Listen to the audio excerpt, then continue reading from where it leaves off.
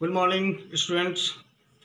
आज हम लोग पिछले क्लास में जो हमने आपको 4 क्वेश्चंस दिया था, उसमें पहला, दूसरा और तीसरा तो आसान था, पर चौथे वाले क्वेश्चन में क्वेश्चन था, हम लोग आज होमवर्क डिस्कस करेंगे पिछले क्लास का। How many electrons make 8 into 10⁻⁻18 coulomb charge, यानी इतना कूलम चार्ज में कितना इलेक्ट्रॉन्स है, कितना इलेक्ट्रॉन्स मिलकर इतना कूलम चार्ज बनाता है। तो आइए हम देखेंगे फिर से इस तरह हम कैसे यूनिटरी मेथड का इस्तेमाल करके इसको बनाते हैं। हम जानते हैं 1.6 इंटू 10⁻⁻19 कूलम चार्ज, ये कितना पे इलेक्ट्रॉन पे होता है? 1 इलेक्ट्रॉन पर, यानी 1 इलेक्ट्रॉन पर चार्ज कितना होता है? इतना कूलम चार्ज। अब हमें निकालना क्या है कि इतना कूलम चार्ज में कितना इलेक्ट्रॉन्स मिलकर इतना कूलम चार्ज बनाता है। तो आइए, अगर इतना कूलम बराबर 1 इलेक्ट्रॉन, तो 1 कूलम में कितना इलेक्ट्रॉन होगा? 1/1.6 इंटू 10⁻⁻19 कूलम चार्ज होगा, इलेक्ट्रॉन होगा।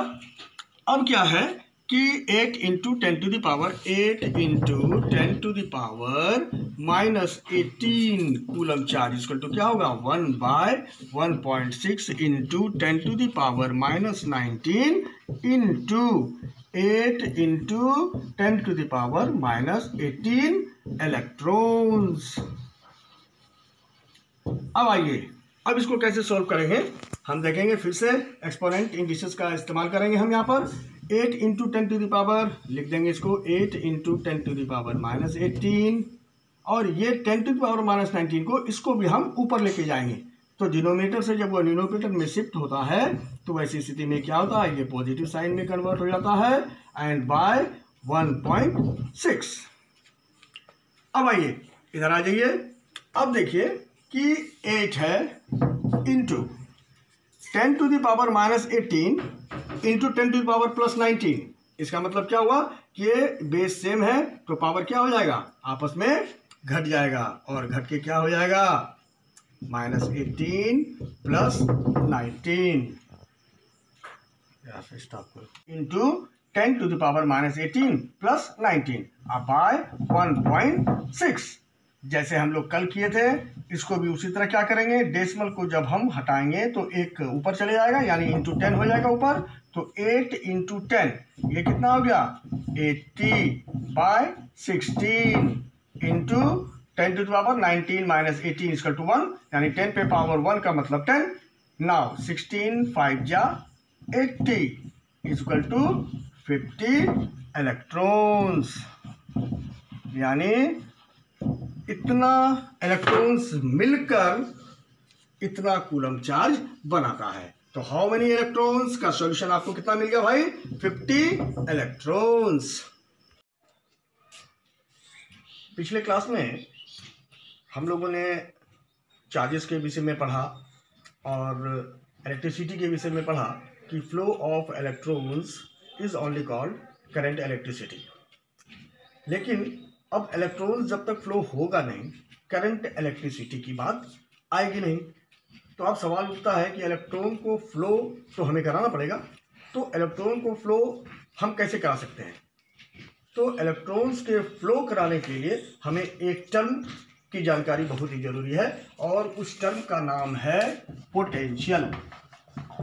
क्योंकि हम लोग इलेक्ट्रिसिटी के अंतर्गत इस पोटेंशियल को पढ़ते हैं, इसलिए यहाँ पर हम लोग लिख सकते हैं इलेक्ट्रिकल पोटेंशियल।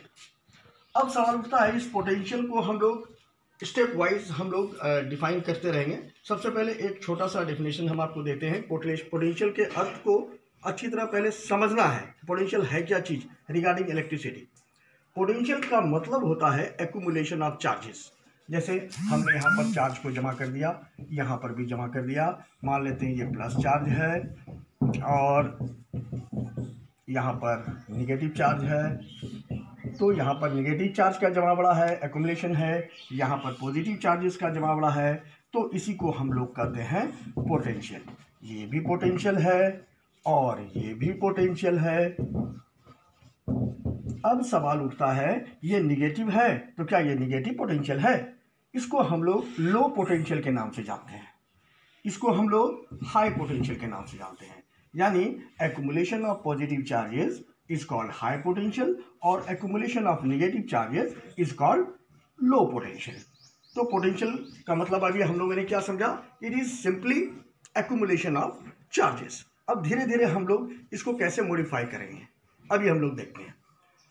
थोड़ा सा हम लोग एक एग्जांपल लेते हैं कि एक वायर लेते हैं और इलेक्ट्रिसिटी के अंतर्गत हमने आपको पहले भी कहा था कि जब हम वायर की बात करेंगे डेफिनेटली ये कंडक्टिंग वायर है, ये कंडक्टर की बात करेंगे, इंसुलेटर की बात नहीं करेंगे.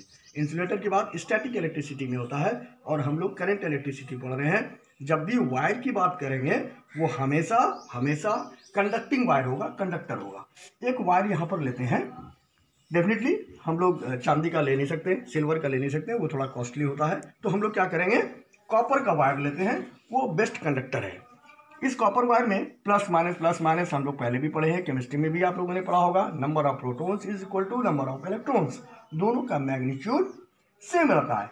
तो इसमें क्या होता है, प्लस चार्ज और निगेटिव चार्ज डिस्ट्रीब्यूटेड रहता है. यानी मान लेते हैं अगर ये ए है और बी है तो इसमें charges, positive charges, negative charges दोनों जो है यूनिफॉर्मली डिस्ट्रीब्यूटेड है. इसलिए यहाँ का पोटेंशियल और यहाँ का पोटेंशियल, दोनों का पोटेंशियल सेम है.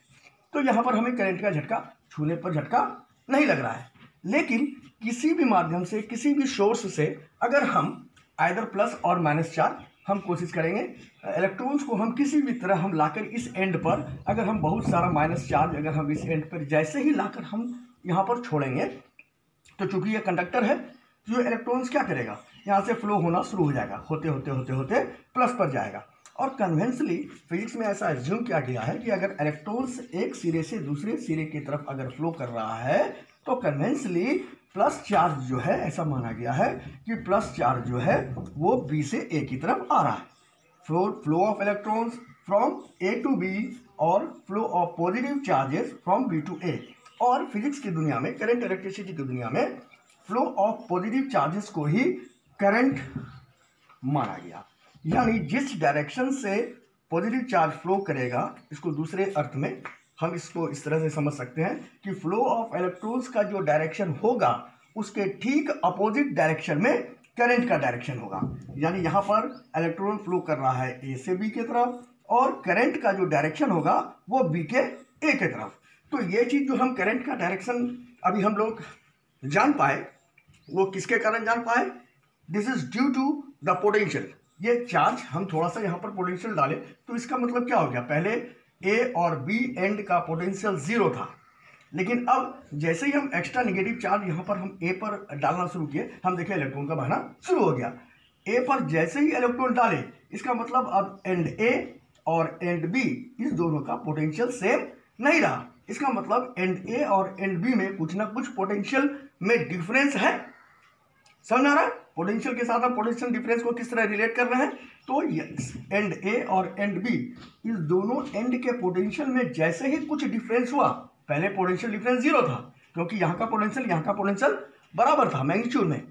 अब जैसे ही यहाँ एक्स्ट्रा चार्ज लाए तो दोनों एंड का पोटेंशियल में कुछ ना कुछ डिफरेंस हुआ और जैसे ही पोटेंशियल डिफरेंस हुआ इलेक्ट्रॉन इधर से इधर फ्लो करना शुरू हुआ और इलेक्ट्रिक करंट का डायरेक्शन जो है बी से ए की तरफ आया. इलेक्ट्रॉन का डायरेक्शन ए से बी की तरफ और करंट का डायरेक्शन बी से ए की तरफ. इट मीन्स कि potential is only responsible to determine the direction of flow of current. Now अगर आप ये समझ गए तो जो हम लोग एक्यूमुलेशन ऑफ चार्जेस हम लोग जो पहले पढ़े थे, अब उसको हम लोग कट करेंगे और थोड़ा सा इलेक्ट्रिक पोटेंशियल को मॉडिफाई करके एक मॉडिफाइड डेफिनेशन हम यहाँ पर लिखते हैं. आप इसको अपने कॉपी में नोट करेंगे.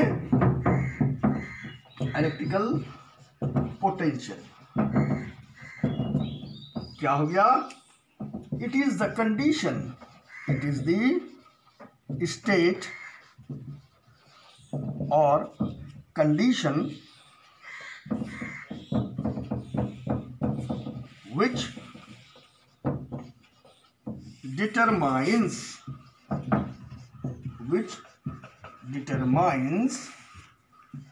the direction of electric current.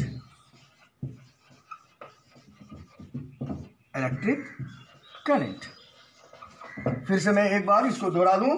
Electric potential क्या है, it is the state or condition. ये एक ऐसा शर्त है, एक ऐसी स्थिति है जो यह बताता है, जो यह निर्धारित करता है कि इलेक्ट्रिक करंट का डायरेक्शन किधर से किधर जाएगा। क्योंकि आपने देखा कि यहाँ पर जैसे ही हमने एक पोटेंशियल डाला तो हम क्या देखें कि इलेक्ट्रॉन इधर से इधर बहना शुरू हुआ, जिसके कारण इलेक्ट्रिक करंट का डायरेक्शन हमें पता चल गया कि ओ इलेक्ट्रॉन जो है वह ए से बी की तरफ मूव कर रहा है, तो इलेक्ट्रिक करंट का डायरेक्शन बी से ए की तरफ। ये इलेक्ट्रिक करंट का डायरेक्शन को डिटरमाइन करने वाला कौन सा था? ये पोटेंशियल। इसीलिए इसके आधार पर इलेक्ट्रिकल पोटेंशियल का जो डेफिनेशन हुआ वो हुआ it is the state or condition which determines the direction of electric current. लेकिन इस डेफिनेशन से भी बात कुछ बनता हुआ नजर नहीं आ रहा है, क्योंकि फिजिक्स की दुनिया में जब हम लोग क्लास 9 में आपने पढ़ा होगा physical quantity, fundamental quantity, derived quantity वगैरह बहुत सारा ऐसा क्वांटिटी है, और physical quantity is the measurable quantity. तो इस डेफिनेशन से आपको किसी भी एंगल से, मुझे तो नहीं लगता, अगर आपको लगता है तो बताइए, कि इस डेफिनेशन से ये नहीं पता चलता कि हम इस इलेक्ट्रिक पोटेंशियल को हम मेज़र कैसे करेंगे।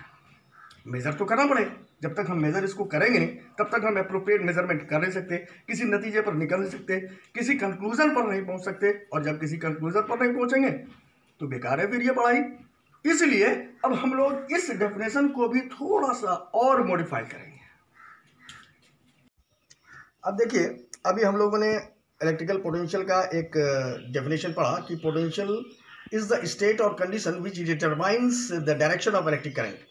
बट इस डेफिनेशन से हम लोग इसको मेजर नहीं कर पाते हैं। अब हम लोग इसको थोड़ा और मॉडिफाई करते हैं। मॉडिफाई करने के लिए हम लोग एक छोटा सा एक्सपेरिमेंट करते हैं। क्या एक्सपेरिमेंट करते हैं?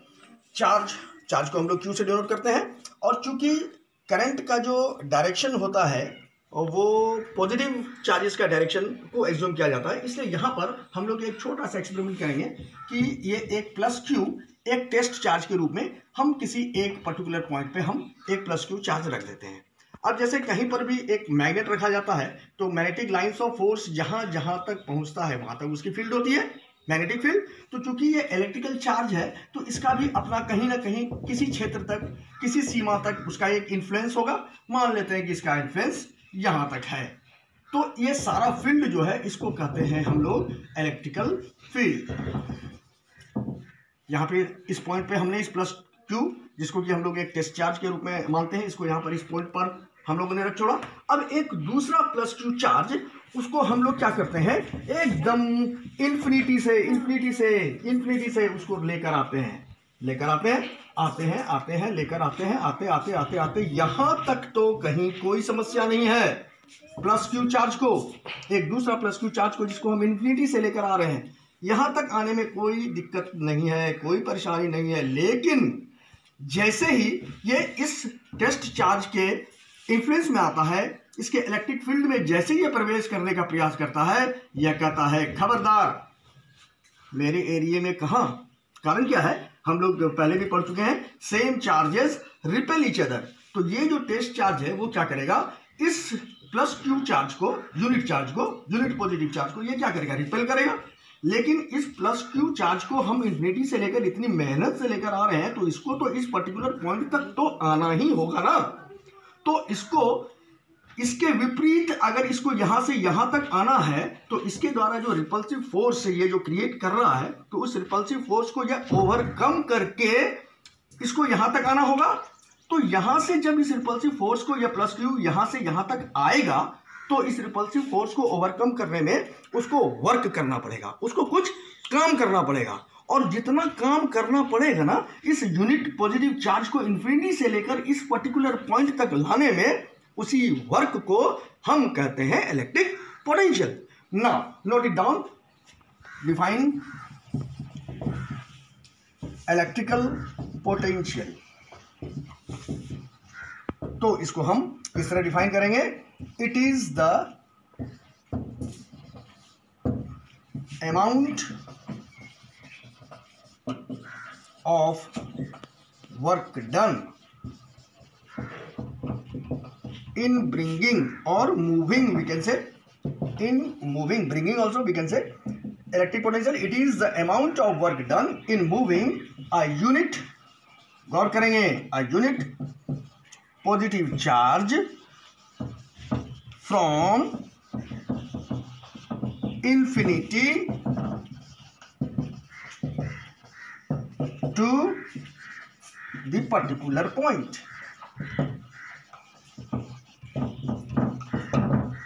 इस इन्फिनिटी से इस प्लस क्यू चार्ज को यहां से यहां तक आने में इसके द्वारा जो फोर्स एक्सपीरियंस करता है, उस एक्सपीरियंस फोर्स को ओवरकम करने में उसको जो काम करना पड़ा वह work is called electrical potential. अब इसका मतलब ये नहीं समझ लेना है कि वर्क का जो यूनिट है वही इलेक्ट्रिकल पोटेंशियल का यूनिट है। No, work done in bringing a unit positive charge, that is called electrical potential. तो उसको हम फॉर्मुलेट कर सकते हैं कि इलेक्ट्रिकल पोटेंशियल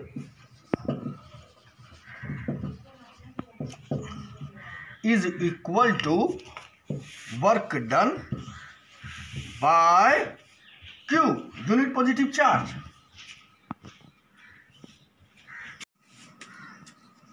अब इसी बात को अगर हम इन्फिनिटी से हम किसी पर्टिकुलर पॉइंट तक लाए, अगर हम मान लेते हैं कि यह कोई वायर है, ए बी कंडक्टिंग वायर है। अब अगर मान लीजिए कि कोई प्लस क्यू चार्ज है, यूनिट पॉजिटिव चार्ज है, तो इस पॉइंट से इस पॉइंट तक आने में जितना काम करता है, work done in bringing a unit positive charge from one end to the another, that is called potential, electric potential. We can say potential difference also. तो पोटेंशियल डिफरेंस को हम डिफाइन कैसे करेंगे, या इलेक्ट्रिकल पोटेंशियल को हम कैसे define करेंगे? A unit positive charge work done in moving or bringing a unit positive charge from one end to another. इस तरह से आप डिफाइन कर सकते हैं इलेक्ट्रिक पोटेंशियल को, कोई समस्या नहीं है। इन्फिनिटी से लेकर पर्टिकुलर पॉइंट तक चाहे तो आप इस तरह डिफाइन करें, या फिर अगर कंडक्टिंग वायर की बात होती है तो work done in moving from one end to the another end by bringing by moving a unit positive charge. तो अभी हम लोग ये फॉर्मूला देख रहे थे, electrical potential is equal to work बटा क्यू। इलेक्ट्रिकल पोटेंशियल का ऐसा यूनिट होता है वोल्ट, याद रखेंगे क्या होता है? वोल्ट। इलेक्ट्रिकल पोटेंशियल का यूनिट वोल्ट, वर्क का यूनिट होता है ऐसा यूनिट जूल, और क्यू का क्या होता है? 1 कूलम। तो यहाँ पर एक फॉर्मूला हमारा बन जाता है, क्या बन जाता है भाई? ये फॉर्मूले का लिस्ट इधर आएगा, अपनी कॉपी में आप नोट करते जाएंगे। सबसे पहला फॉर्मूला हमारा हो गया V is equal to W by Q, या इसमें अगर हम वर्क डन अगर हम निकालेंगे तो W इज इक्वल टू हो जाएगा V इंटू क्यू। अगर हम Q निकालेंगे तो ये हो जाएगा W बाय V। क्लियर है यहाँ तक? अब आइए, अब देखिए कि अगर मान लीजिए कि ये कंडक्टिंग वायर के पास आते हैं हम लोग, तो यहाँ से जो चार्ज यहाँ से गया, मान लीजिए इलेक्ट्रॉन इधर से इधर गया, प्लस चार्ज इधर से इधर आया, तो इस एंड के बाद तो यहाँ पर अगर इलेक्ट्रॉन था पहले इधर और प्रोटॉन था पहले इधर, प्लस चार्ज इधर था, तो प्लस चार्ज इधर से इधर आ गया और माइनस चार्ज इधर से इधर आ गया। तो फिर यहाँ का पोटेंशियल और यहाँ का पोटेंशियल जब तक ये जा रहा है तब तक तो हम समझ रहे हैं कि करंट फ्लो कर रहा है, लेकिन ये यहाँ आने के बाद यहाँ पर अगर जमा हो जाता है और ये पॉजिटिव चार्ज इधर आकर अगर जमा हो जाता है तो फिर तो यहाँ का पोटेंशियल और यहाँ का पोटेंशियल, दोनों का पोटेंशियल सेम हो जाता है। और जैसे ही दोनों का पोटेंशियल सेम हुआ, इलेक्ट्रिक करंट का फ्लो बंद हो गया। इससे हम इस निचोड़ पर पहुंचते हैं, इस निष्कर्ष पर पहुंचते हैं, क्या कंक्लूड करते हैं? कंक्लूड करते हैं कि इलेक्ट्रिक करंट को अगर हमें फ्लो कराना है तो इस एंड का और इस एंड का पोटेंशियल कभी भी बराबर नहीं होने देना है। यानी कि there must be some potential difference across the ends if you want to flow the current. यानी करंट को फ्लो करने के लिए इस दोनों एंड के पोटेंशियल में कुछ ना कुछ डिफरेंस जरूर होना चाहिए। तो इसके लिए हम एक चीज, ये चीज जान गए कि to make the current flow, to make the current flow there must be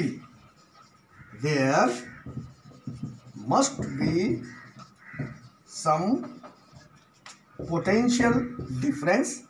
potential difference को हम पीडी करके भी हम आगे भी डिनोट करते रहेंगे। There must be some potential difference across the ends of the conductor या कंडक्टिंग वायर। क्लियर है कि इलेक्ट्रिक करंट का फ्लो तभी हो सकता है जब उस वायर के एंड के अक्रॉस कुछ ना कुछ पोटेंशियल डिफरेंस हो। अगर पोटेंशियल दोनों एंड का सेम होगा, करंट कभी भी फ्लो नहीं करेगा। करंट को फ्लो कराने के लिए अक्रॉस द एंड्स कुछ ना कुछ पोटेंशियल डिफरेंस अवश्य होनी चाहिए। आइए एक बार फिर से हम इस फॉर्मूले पर आते हैं, V equal to joule by coulomb, यानी इसको हम दूसरे अर्थ में ऐसे लिख सकते हैं, जूल पर कूलम।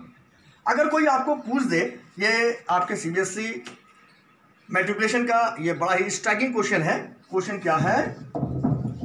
Define 1 volt. इन सब सारी बातों को आप कॉपी में नोट करते जाएंगे। एक स्पेशल कॉपी में आप ये सारा फॉर्मूला या जो चीज़ हम पढ़ा रहे हैं उसको एकदम बिल्कुल बारीकी से आप कॉपी में नोट करते चले जाएंगे। तो हमारा इससे क्वेश्चन क्या है? Define 1 volt. तो इसको आप कैसे डिफाइन करेंगे? हम आपको बोलते हैं कि if 1 joule of work is done in bringing or moving 1 coulomb charge from one end to another, then the potential difference across the ends of the conducting wire is said to be 1 volt. I repeat it, मैं एक बार फिर से इस चीज़ को repeat करता हूं कि अगर आपको कहे कि अच्छा 1 वोल्ट को आप डिफाइन कीजिए, डिफाइन 1 वोल्ट, एक नंबर का ही क्वेश्चन आएगा, तो आप क्या कहोगे? इफ, लिख देता हूं मैं, इसको नोट करेंगे, if 1 joule of work is done in bringing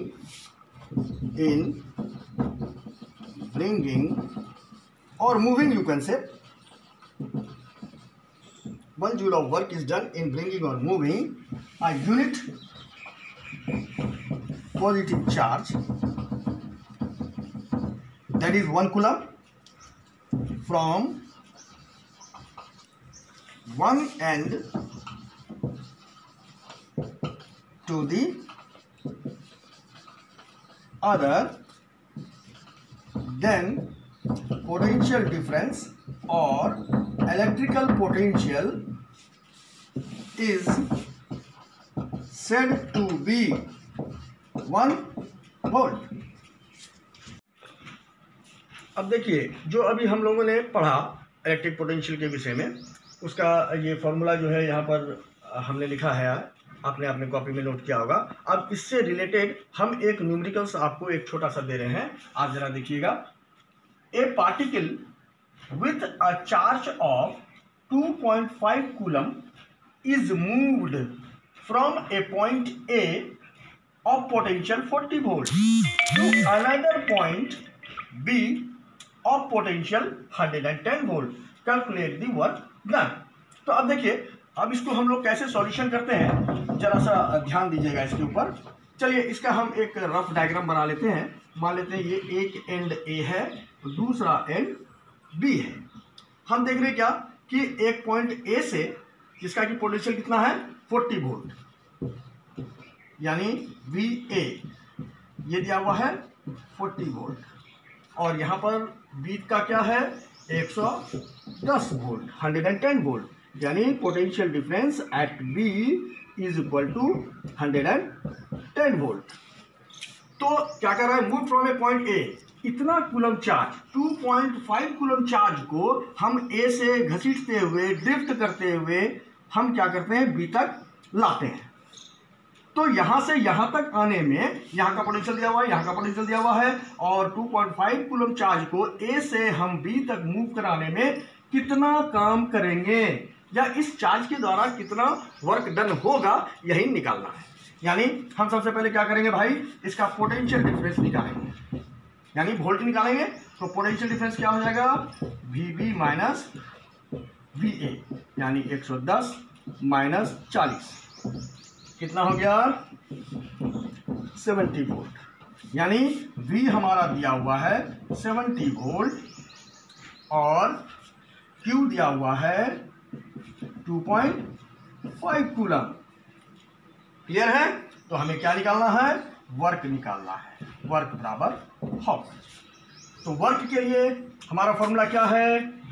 W is equal to V into Q। तो यहां पर हम लिखेंगे W is equal to V into Q is equal to, volt की जगह पे हम लोग क्या देंगे?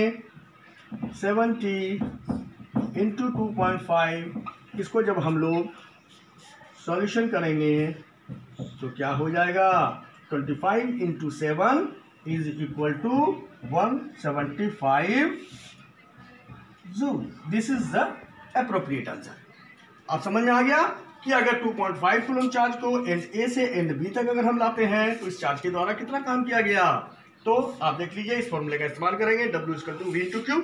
अब इसी क्वेश्चन में हो सकता है कि आपको number of charges, quantity of charges निकालना दे, नंबर ऑफ इलेक्ट्रॉन्स भी निकालने के लिए दे सकता है, आपको पोटेंशियल डिफरेंस भी निकालने के लिए दे सकता है। मतलब किसी इस 3 क्वांटिटी में से किसी एक क्वांटिटी को ओमिट करने के बाद बाकी 2 क्वांटिटी जो है आपका दिया रहेगा और उसको निकालना होगा। तो इस तरह का हम एक आध 2 न्यूमेरिकल्स और आपको दे देते हैं होमवर्क के लिए, फिर अगले टॉपिक को हम अगले क्लास में डिस्कस करेंगे। अभी एक टॉपिक हम लोगों ने पढ़ा इलेक्ट्रिकल पोटेंशियल, उससे रिलेटेड जितनी भी फैक्ट्स, जितनी भी बातें हम लोगों ने पढ़ी, उसी के आधार पर आपको ये 3 क्वेश्चन होमवर्क के रूप में आपको दिया जा रहा है। इसको ढंग से आप क्वेश्चन को पढ़ेंगे, समझेंगे और इसको बनाएंगे। और एक चीज़ आप मार्क करेंगे, जहाँ जहाँ ये PD दिया हुआ है इसका मतलब है पोटेंशियल डिफरेंस, इसका मतलब है पोटेंशियल डिफरेंस। आप कंफ्यूज नहीं कीजिएगा, ये PD क्या लिख दिया है sir, PD means potential difference. तो इस क्वेश्चन को बनाइएगा और इसका सॉल्यूशन जो है आपको नेक्स्ट टॉपिक में, आपको नेक्स्ट क्लास में आपको मिलेगा।